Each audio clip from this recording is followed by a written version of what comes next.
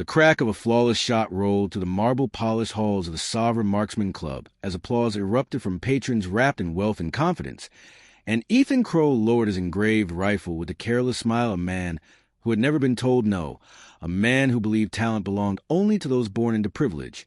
And in that same moment, near the entrance where no one important ever looked twice, Clara Hayes stood quietly holding a scuffed leather bag, her plane, sweater and faded jeans marking her as invisible in a room built to exclude people like her, a woman past the age of admiration and far from the orbit of influence, dismissed with practiced indifference by the receptionist until Ethan's voice sliced through the air with mockery sharp enough to draw laughter, and though Clara kept her eyes lowered, something inside her stayed unbroken, because grief had already taught her how little cruelty mattered,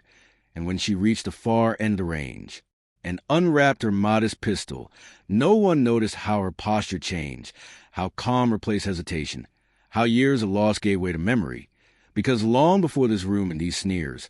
Clara had been taught by her husband, Daniel Hayes, a quiet man the world never applauded,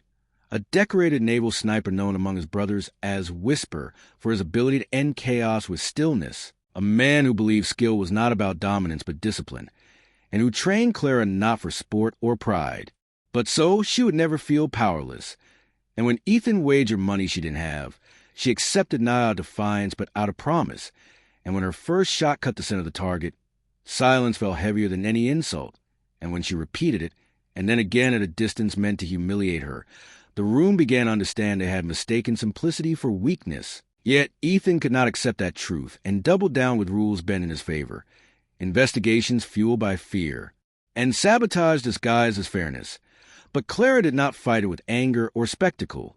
She fought him with breath control learned in quiet ranges, with calculations scribbled by a man who never came home, with a steadiness forged by widowhood, and when the final competition came and every obstacle was stacked against her,